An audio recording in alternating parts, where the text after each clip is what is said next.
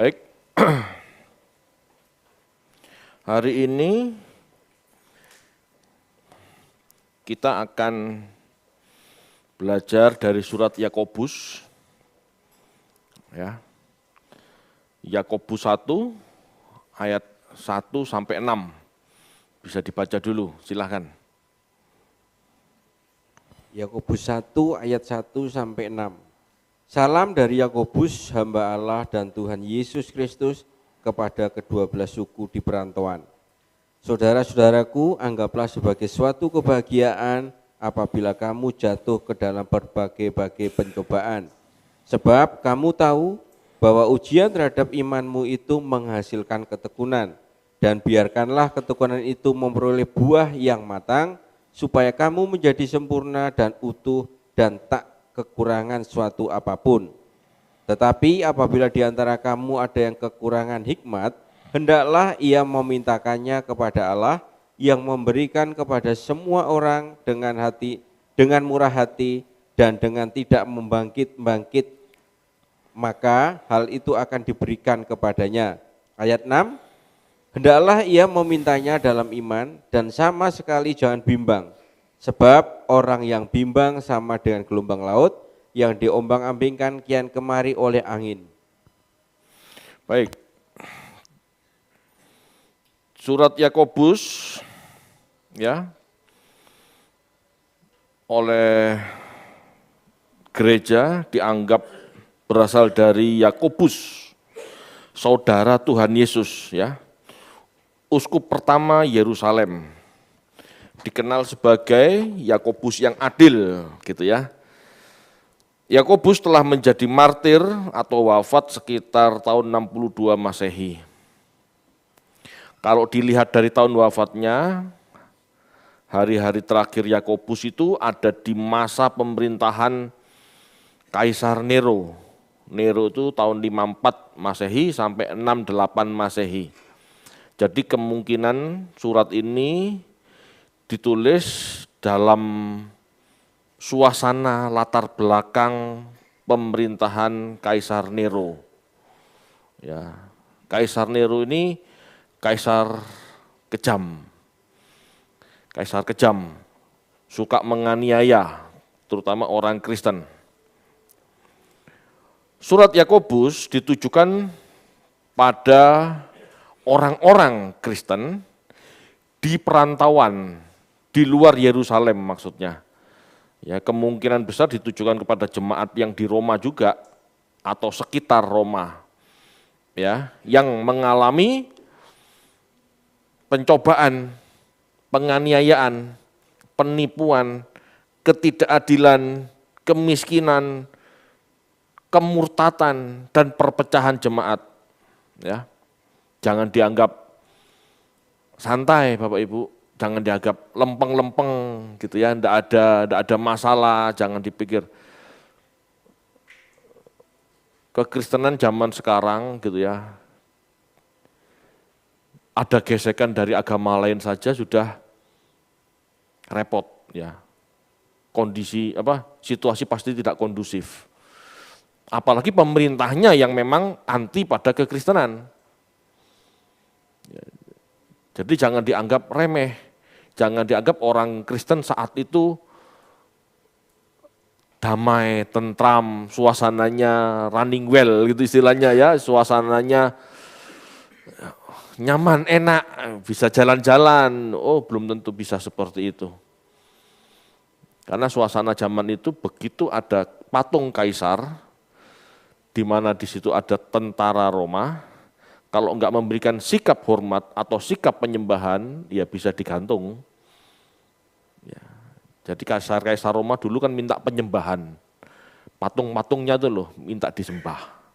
Penyembahan terhadap kaisar, terhadap patungnya, gitu ya. Seperti yang kita belajar di kitab Wahyu kan itu.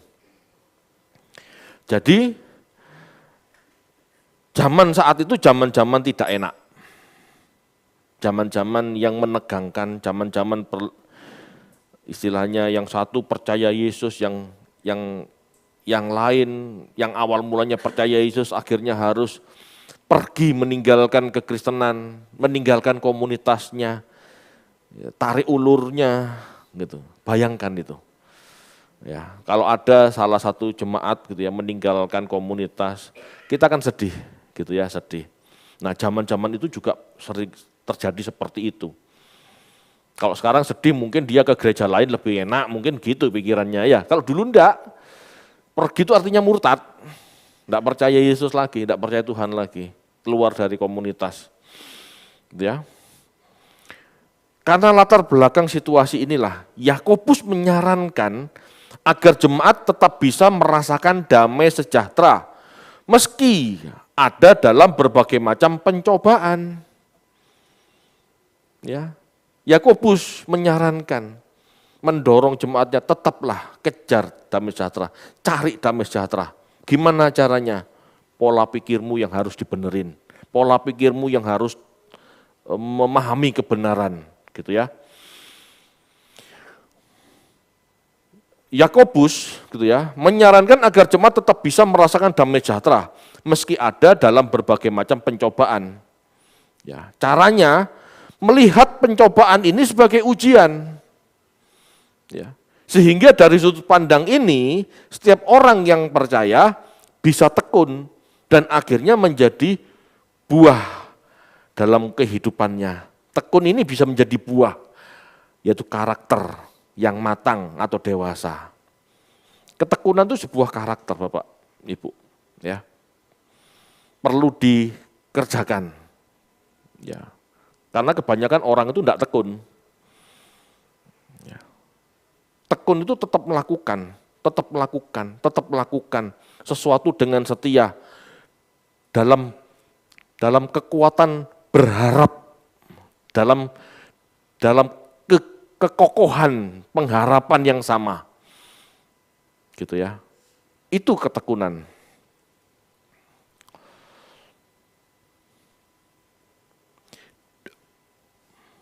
Pencobaan ya, dalam bahasa Yunaninya itu perasmos. Gitu ya, pencobaan atau ujian gitu ya.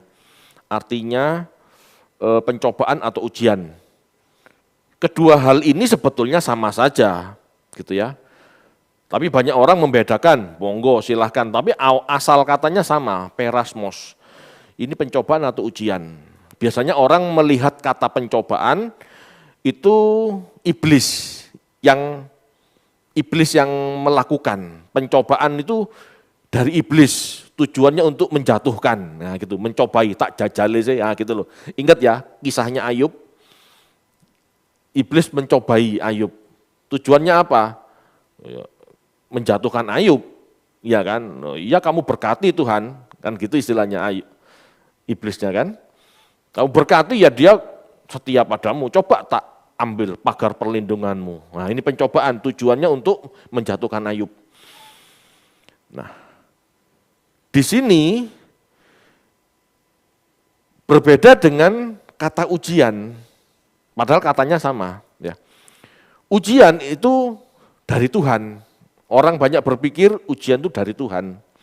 Masalahnya kan sama. Cuman kalau dari sudut pandang iblis, dia itu mau menjatuhkan, pencobaan namanya. Kalau dari sisi Tuhan, ya dari sisi Allah yang mengizinkan adanya ujian bagi kita, itu untuk menaikkan level iman kita. Ya. Seperti Allah juga mengizinkan iblis mencobai Ayub, itu kan berarti Allah mengizinkan gitu ya, Ayub untuk diuji. Paham ya? Ini kan hanya sudut pandang, tapi masalahnya kan sama. Ayub dapat masalah kan gitu ya. Gitu. Dari sisi iblis mau menjatuhkan, dari sisi Allah, ini ujian. Kenapa? Allah mau membanggakan Ayub. Allah mau menaikkan level Ayub ke pengenalan yang lebih pribadi sifatnya. Gitu. Ya, ini pencobaan. Jadi Yakobus mengajar, gitu ya. Mengajar kepada jemaat saat itu yang lagi dapat banyak masalah. Untuk melihat pencobaan sebagai ujian. Ya, supaya dari ujian itu muncul ketekunan. Begitu. Ya. Dengan sudut pandang yang benar, ya, dengan sudut pandang yang benar, masalah yang ada itu sebagai latihan dan ujian. Akan muncul ketekunan, berarti sabar menanggung segala sesuatu atau memiliki daya tahan untuk menjalani proses yang dihadapi. Ya. Ketekunan menghasilkan daya tahan yang kuat. Ketekunan menghasilkan daya tahan yang kuat. Berkat latihan teratur dan ditingkatkan secara berangsur-angsur. Bapak Ibu, orang tidak mungkin bisa kuat ngangkat 100 kilo kalau tidak terbiasa ngangkat 100 kilo. Ya. Orang-orang yang suka fitness tahu, tidak mungkin ngangkat langsung 100 kilo. Biasanya ngangkat 10 kilo dulu, baru 20 kilo. Kalau langsung 100 bisa-bisa kecetit. Itu ya, bisa kecetit. Jadi angkatlah 10 kilo dulu, 20 kilo dulu. Baru nanti akhirnya 100 kilo. Ketekunan itu seperti itu Bapak Ibu. Ya, dalam kehidupan kita, pencobaan yang kita hadapi, ya, kita harus melihatnya dari sisi ujian, latihan, ujian dari Tuhan. Supaya apa? Supaya mental karakter kita terbentuk. Ketekunan ini adalah karakter. Orang biasanya gampang patah semangat. Ya.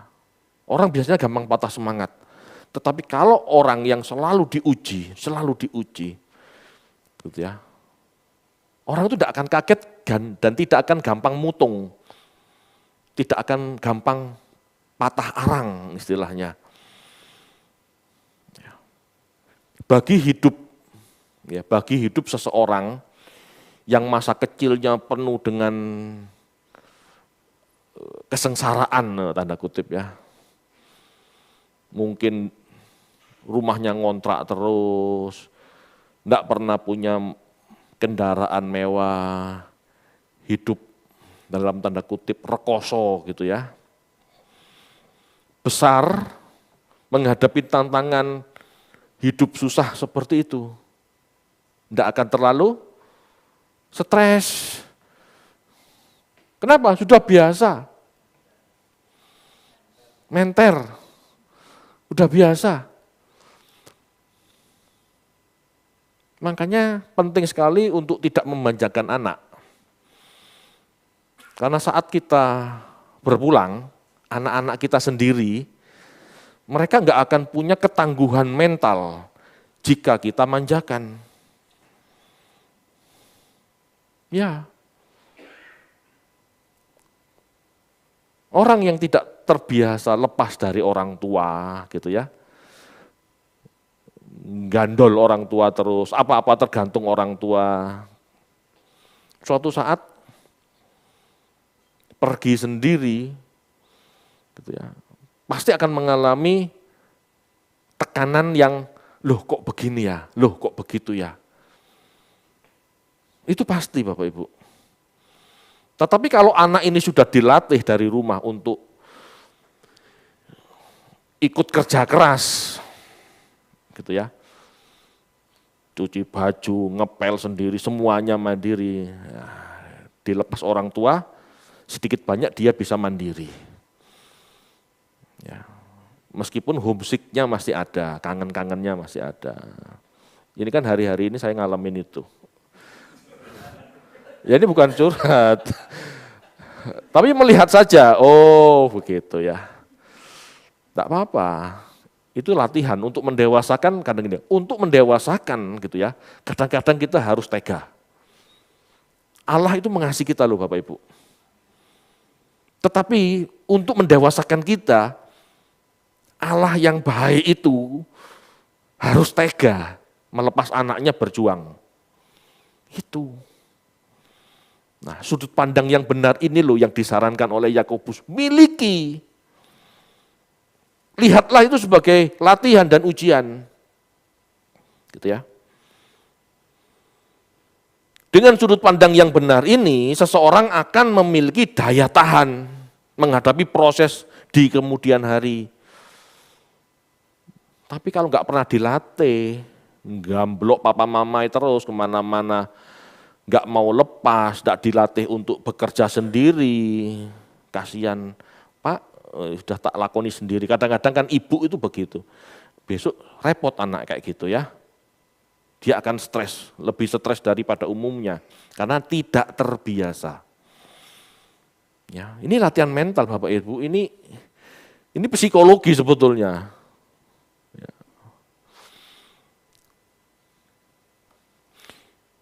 Ketekunan berarti memiliki daya tahan yang bersifat aktif, gitu ya. Yaitu sebuah usaha atau kemauan untuk tabah atau bersabar dalam kondisi yang ada. Ya, ketekunan itu berusaha bertahan. Ya, ketekunan itu namanya sebuah usaha psikologis ya, sebuah usaha dari dalam untuk bertahan. Karena melihat sesuatu yang baik pasti akan dia alami. Paham maksudnya ya? Jadi ketekunan itu sebuah usaha untuk bertahan dalam menghadapi proses yang ada dan dia tetap berharap sebuah kebaikan, sebuah perubahan akan terjadi. Ya. Di dalam perjanjian lama, ketekunan ini hupomone dalam bahasa Yunaninya ya, diartikan sebagai masih ada harapan.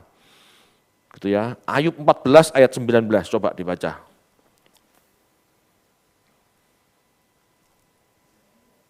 Ayub 14 ayat 19, silakan. Ayub 14 ayat 19, seperti batu-batu dikikis air dan bumi dihanyutkan tanahnya oleh hujan lebat, demikianlah kau hancurkan harapan manusia. Itu harapan tuh dalam bahasa Yunaninya hupomone. Kalau saya lihatnya Septuaginta, bukan Masoret masalahnya ya. Atau kita baca lagi Esra 10 ayat 2.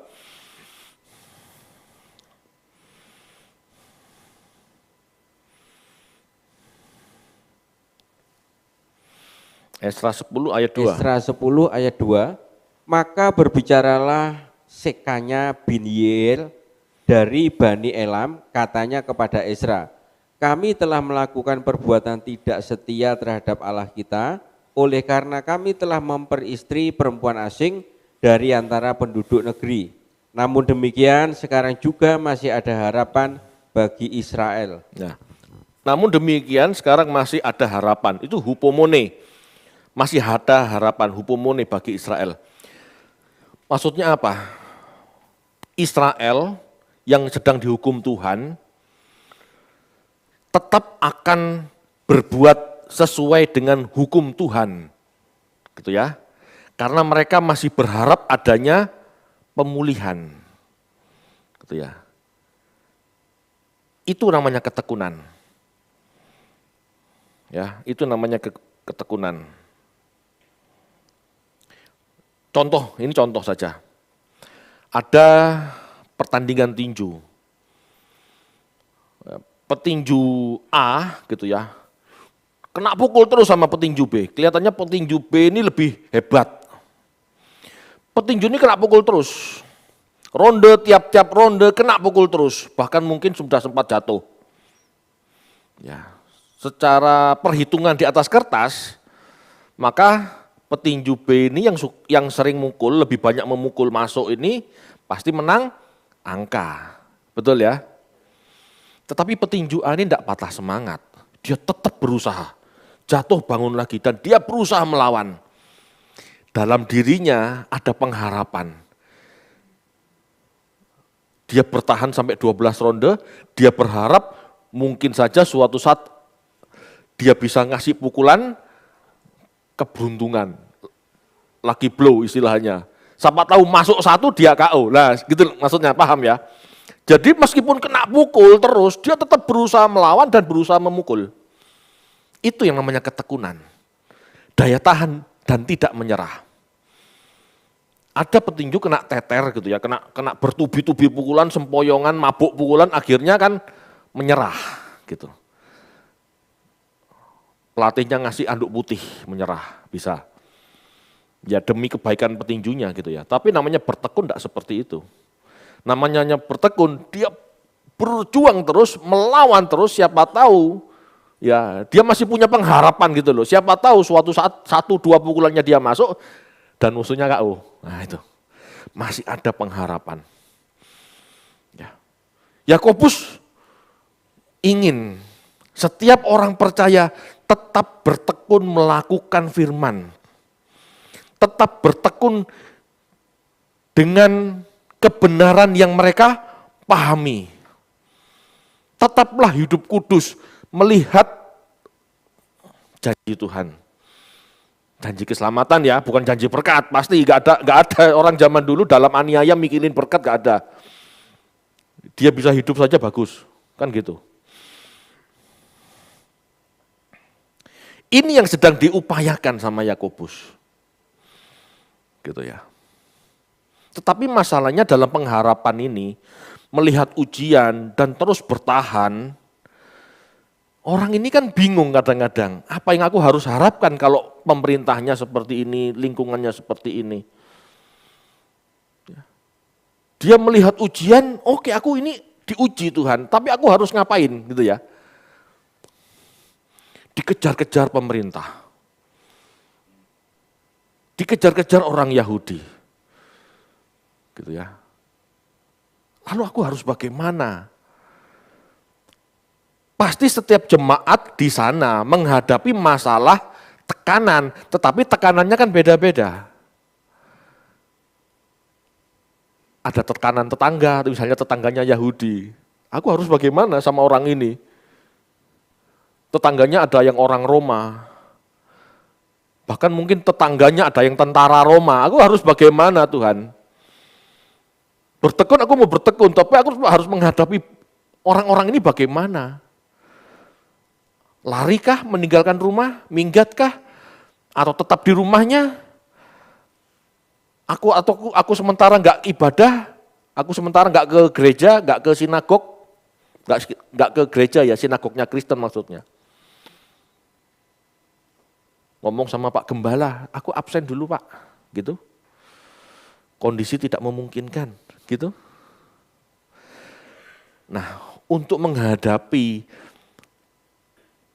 masalah-masalah yang berbeda inilah orang-orang itu disuruh, disarankan, diajar oleh Yakobus untuk meminta hikmat. Gitu ya. Jika ada jemaat yang bingung harus bersikap seperti apa dalam bertekun menghadapi situasi dan kondisi saat itu, maka hendaknya dia meminta hikmat kepada Allah untuk menyikapi sikon tersebut. Tadi yang dibaca Pak Andoko di awal jelas ya. Kamu harus melihat sebagai ujian. Ya. Dan mintalah hikmat gitu ya. Tuhan akan memberi petunjuk bagaimana menyikapi setiap masalah yang ada, sehingga setiap orang memperoleh daya tahan untuk mempertahankan damai sejahteranya. Setiap orang Bapak Ibu punya masalah beda-beda dalam mempertahankan iman. Ada masalah ekonomi, ada masalah tetangga yang bawel mungkin, itu orang Kristen istilahnya gitu ya. Sebetulnya kan diam-diam aja, tetapi mungkin ada tetangga yang tidak suka, dia laporkan ke tentara Roma, itu orang Kristen, nah ketangkep sudah. Ada yang punya masalah ekonomi, bosnya mungkin orang Roma, sedangkan dia orang Kristen. Gimana ini kalau aku tetap kerja ketahuan, aku harus berhenti berarti keluargaku gak makan. Ini harus bagaimana Tuhan? Nah, gitu ya. Untuk itulah ya, Yakobus menyarankan, mengajarkan kepada jemaat untuk minta hikmat, meminta dengan iman, gitu. Ya, meminta dengan iman berarti meminta dengan yakin bahwa Tuhan juga ingin orang percaya kuat dan bertahan sampai akhir. Itu. Meminta dengan iman itu berarti meminta dengan sebuah keyakinan bahwa Tuhan ingin kita kuat sampai akhir. Meminta hikmat, bukan meminta yang lain loh ya. Dalam hal ini meminta iman, meminta dengan iman gitu ya. Dalam hal ini meminta dengan iman, berbicara meminta hikmat.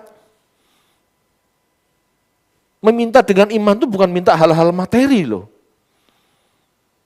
Selama ini Bapak, Ibu, atau di gereja-gereja kebanyakan umumnya, mintalah dengan iman. Betul? Diajarkan seperti itu, betul? Minta apa itu? Kadang-kadang kan diisi semua hal. Konteksnya enggak loh. Mintalah dengan iman itu minta untuk apa? Hikmat. Untuk mengerti, menyikapi masalah itu harus bagaimana. Minta hikmat. Percaya Tuhan pasti kasih hikmat supaya kamu bisa bertahan sampai akhir. Bukan minta segalanya, minta rumah dengan iman, minta mobil dengan iman, minta segala iman gitu. Iman bukan untuk itu. Mintalah hikmat. Itu yang Tuhan janjikan. Mintalah dengan iman. Kalau tanpa iman kamu gak dapat apa-apa. Itu hikmat. Bukan minta mobil, minta rumah, minta segala hal dengan iman. Dan kalau seolah-olah tidak diyakini atau goyah sedikit saja, gak dapat apa-apa. Itu sihir Bapak Ibu. Yakin, rumah, besok saya dapat rumah. Saya sudah coba Bapak Ibu, gak bisa. Gak bisa. Dapat rumah pastori itu, kegedean malah. Gak sesuai. Jadi bukan itu Bapak Ibu. Coba kita baca ayat 5 sampai 6. Ya, tadi Yakobus 1 ayat 5 sampai 6.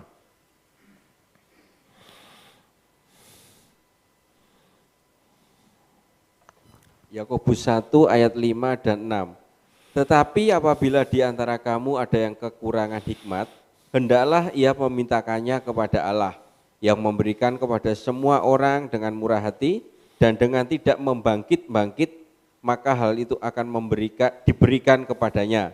Ayat 6, hendaklah ia memintanya dalam iman dan sama sekali jangan bimbang, sebab orang yang bimbang sama dengan gelombang laut yang diombang-ambingkan kian kemari oleh angin. Bapak Ibu, ayat 6 ini jangan diisi yang lain-lain. Ini konteksnya soal hikmat. Hendaklah ia memintanya dalam iman dan sama sekali jangan bimbang. Ini hikmat. Yakinlah bahwa Tuhan ingin memberi kita ini pencerahan, pewahyuan gitu loh. Yakinlah bahwa akan ada pencerahan atau pewahyuan untuk kita dalam menghadapi masalah. Ini masalah apa? Masalah keselamatan.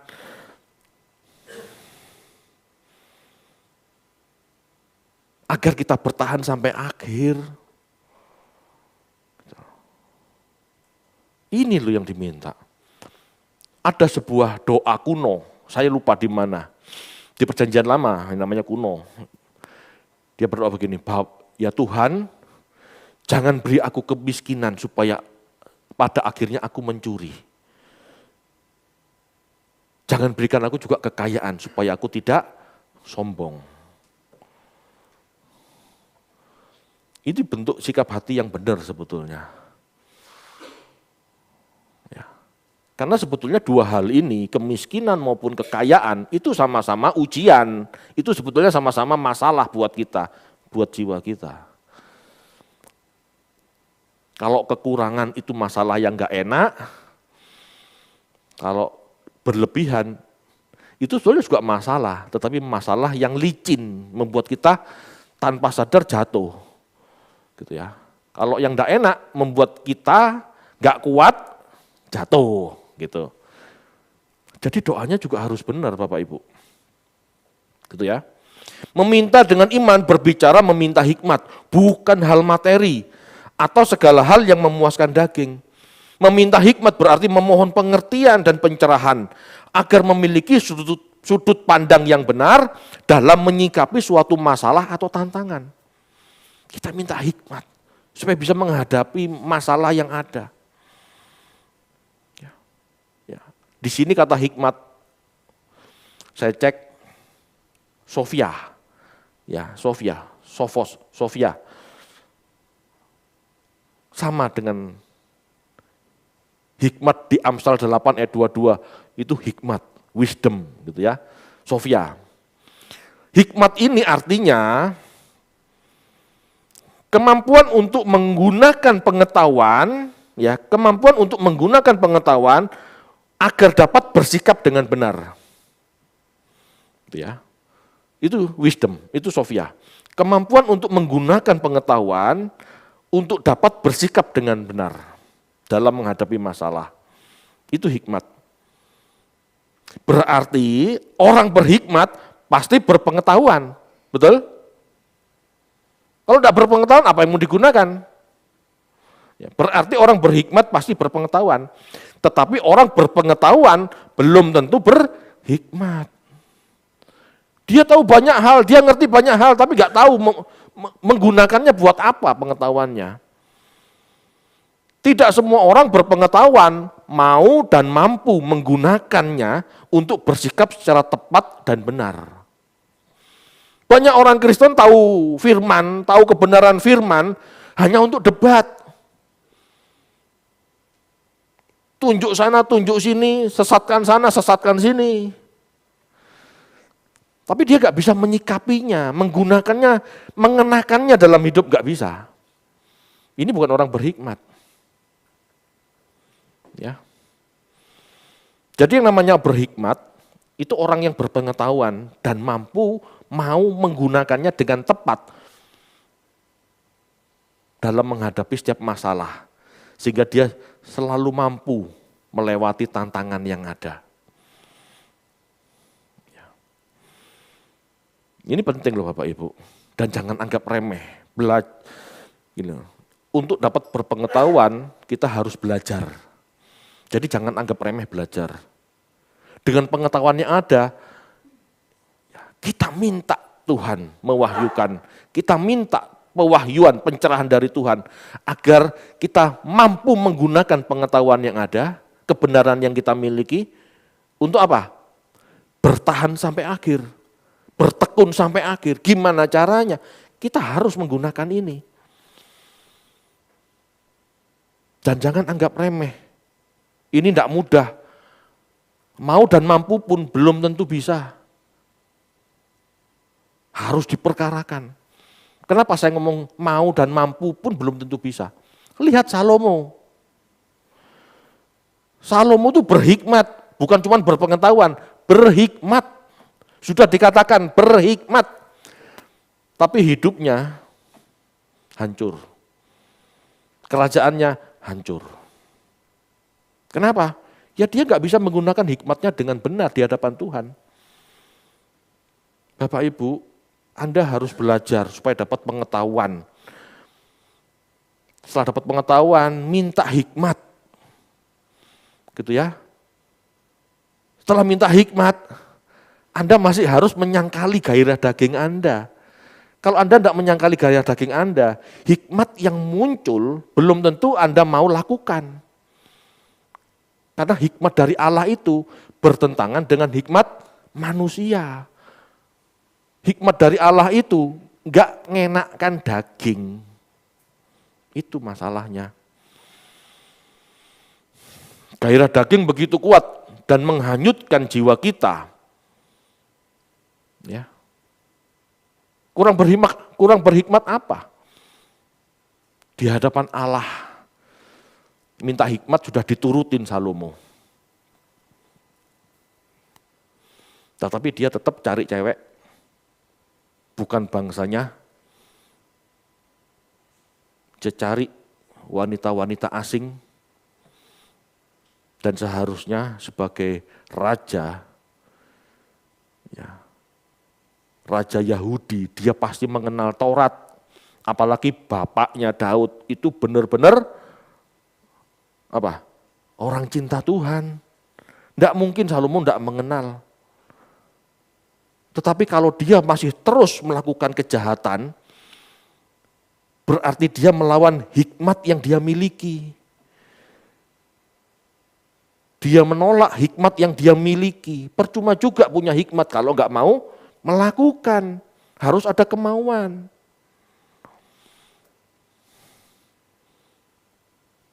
Daging kita ini berat Bapak Ibu. Harus nekat. Harus berani menyembelih diri sendiri. Ya. Yakobus sedang mengajar kita agar memiliki pemikiran atau pertimbangan yang benar dalam melihat situasi kondisi yang tidak baik dalam hidup kita. Hal ini kebalikan dari sikonnya Salomo yang baik dan nyaman. Nah inilah. Kalau masalahnya jemaatnya Yakobus gitu ya, mengalami aniaya. Kalau Salomo mengalami kenikmatan dan kenyamanan hidup. Dua situasi ini perlu hikmat untuk mengatasi. Orang kaya perlu hikmat agar jangan terpleset, orang miskin, orang menderita, orang bermasalah perlu hikmat supaya bisa melewati masalahnya dengan benar. Supaya jangan tersandung, supaya jangan KO dipukul masalah. Bagaimana aku harus bertahan Tuhan? Sebentar lagi Tuhan, aku gak Tuhan-Tuhanan. Bisa kan terjadi seperti itu? Kadang-kadang, bukan kadang-kadang, sering saya lihat. Banyak orang percaya seperti itu. Wis gak Tuhan-Tuhanan, wis mumet aku. Nah, gak ada kayak gitu. Kenapa? Hidupnya menderita. Dan pola pikir ini sulit dirubah loh. Kalau tidak rubah sekarang, sampai tua, selalu mempertanyakan, Tuhan kok jahat, kok enggak pulih-pulih hidupku, kok enggak diberkati hidupku. Dia pikir berkat itu selalu ngomong masalah jasmani materi. Itu pasti, akhirnya dia pahit. Makanya orang perlu belajar, perlu hikmat. Ya.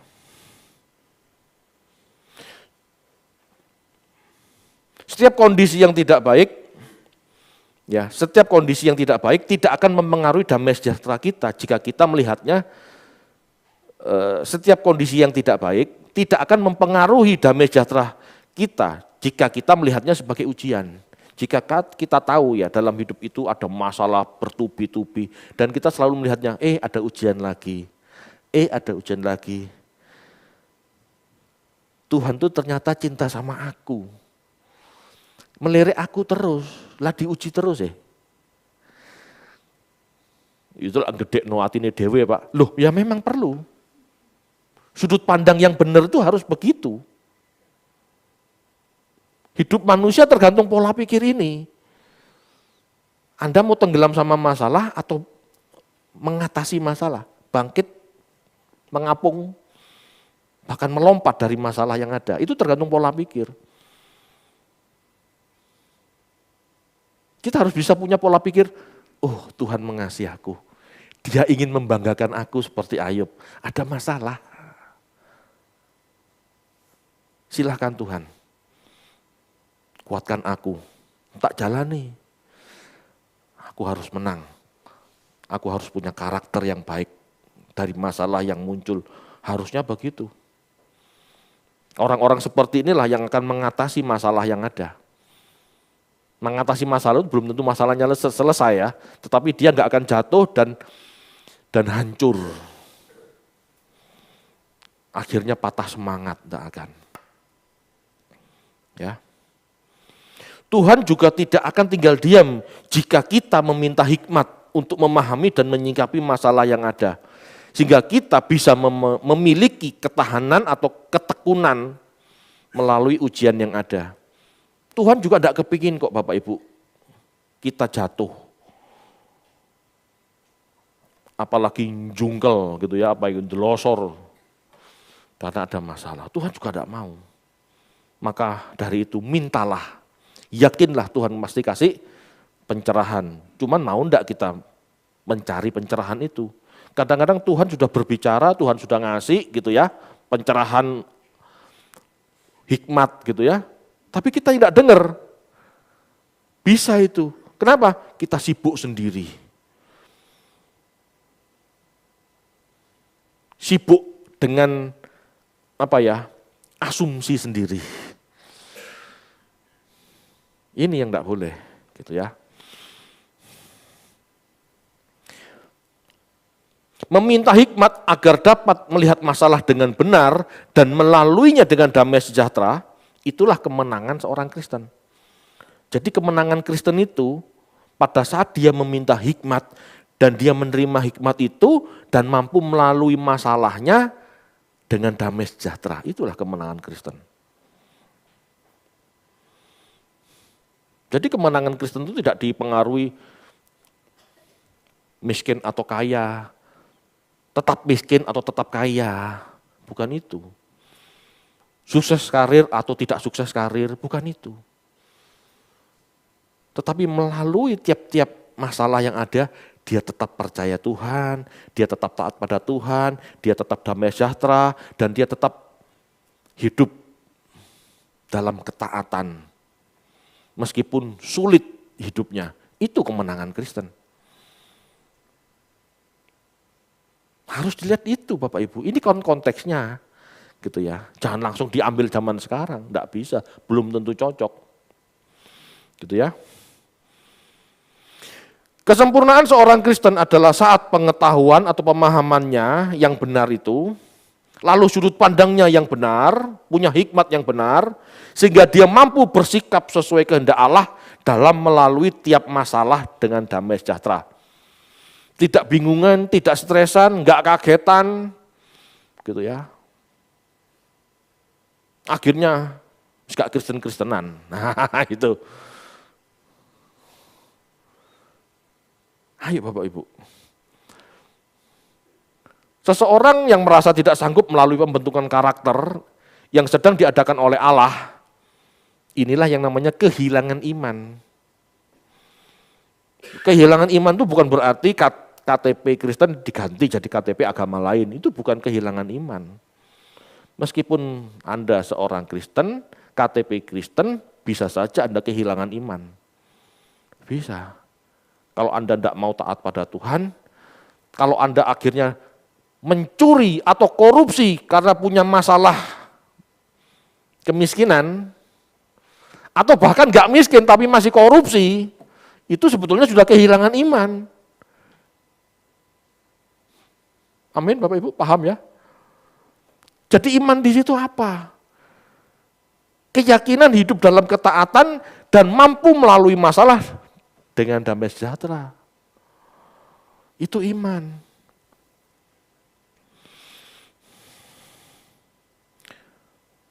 Pertimbangan kita dari menafsirkan ya, pertimbangan kita, perenungan kita dari menafsirkan apa yang terjadi dalam hidup kita akan menolong kita atau menghancurkan kita. Kita dalam setiap menghadapi masalah selalu merenungkan, selalu mempertimbangkan. Kalau Anda belajar firman, Anda dalam merenung, dalam diskusi, dalam diri Anda sendiri, gitu ya, pasti Anda menemukan jawaban-jawaban yang sesuai dengan firman Tuhan. Ini akan menolong Anda. Tapi kalau Anda tidak punya firman, tidak mengerti firman, Anda mau diskusi dalam hati ini dengan siapa? Bisa-bisa dengan iblis. Wis gak Tuhan-Tuhanan, nyolong wae, gampang, gitu toh. Mencuri saja gampang, mudah itu. Lihat kamu jujur, kamu gak dihargai. Kamu jujur gak dapat duit, anakmu gak bisa sekolah, anakmu gak bisa makan. Sakit gak punya uang untuk ke rumah sakit. Lihat ini hadiahmu jujur kan. Pasti ada muncul omongan-omongan seperti kata-kata seperti itu. Ini hanya bisa dilawan kalau kita mengerti firman. Firman akan ngomong, lihat Ayub. Dia hancur-hancuran, dia juga habis-habisan, bahkan anaknya mati. Dia tetap bertahan. Iya ya. Ini hikmat, aku bertahan. Gak apa-apa wis, seandainya gitu, bahkan seandainya terjadi anakku tidak sekolah, sehari sekali makan, aku bertahan, tetap percaya. Suatu saat ini akan selesai. Wah ini tekun, akhirnya bertekun, bertahan. di hadapan Tuhan, inilah kebenaran yang dihargai oleh Tuhan di kekekalan. Kebenaran ini loh yang dihitung.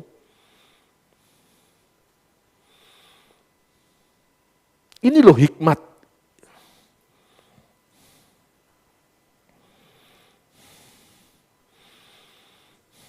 Amin Bapak Ibu.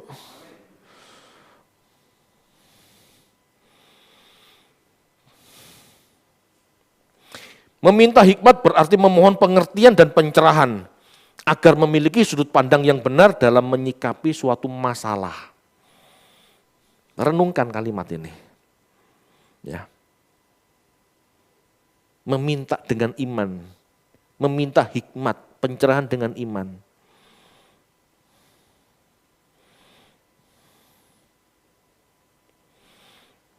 Kita belajar memahami firman dengan tepat. Makanya jangan pernah berhenti cari firman Tuhan yang benar.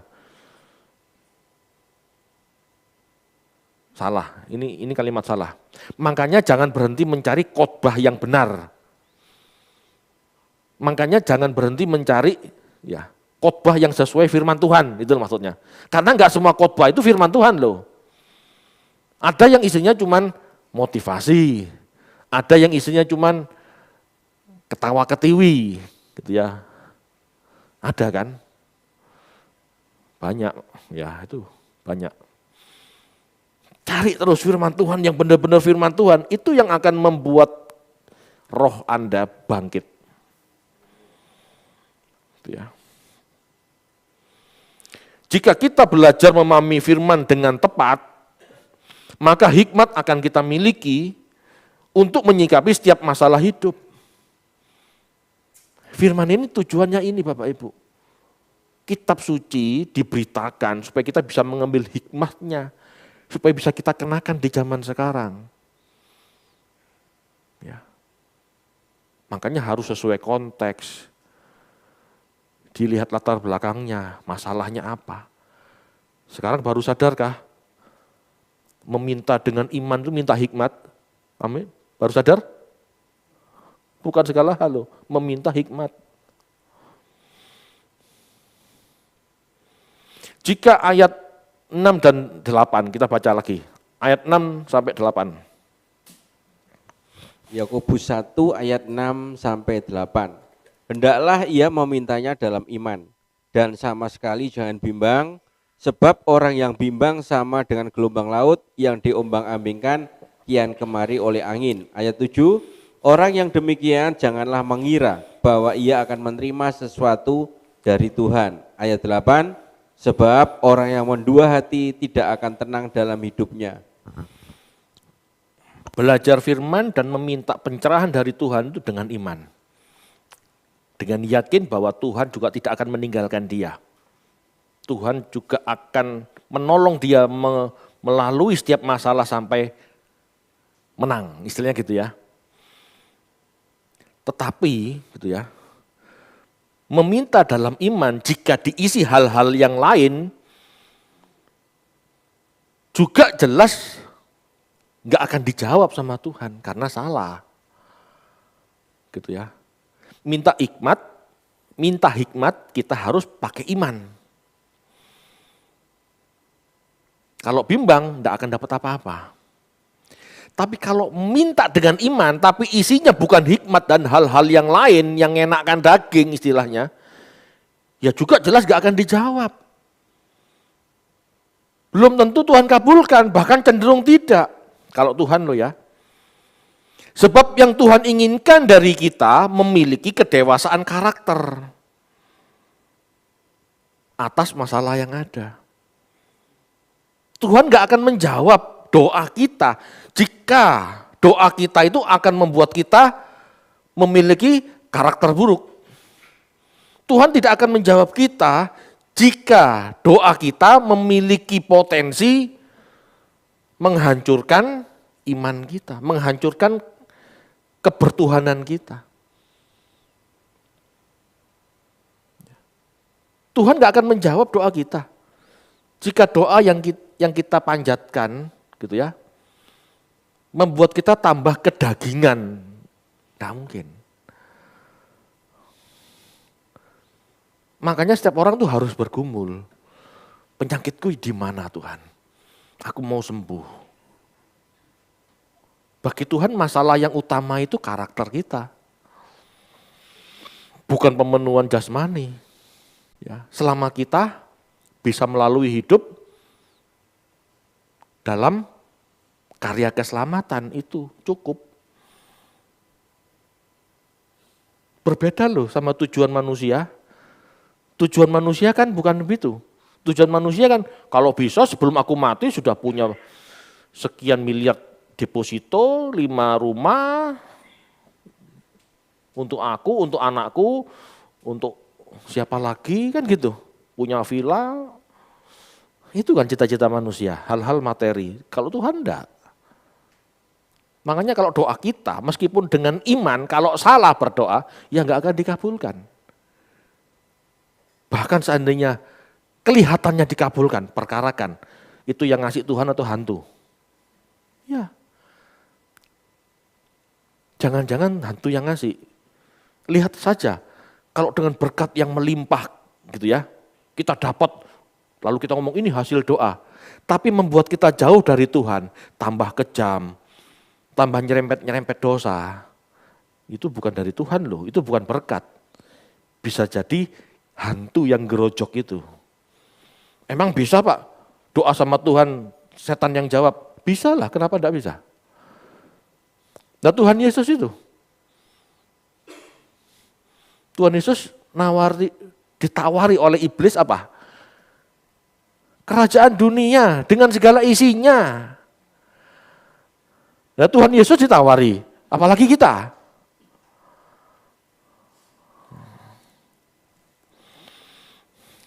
Kok berani nawari Tuhan Yesus? Ya beranilah, wong itu ujian buat Tuhan Yesus. Sama, kita pun diuji kan.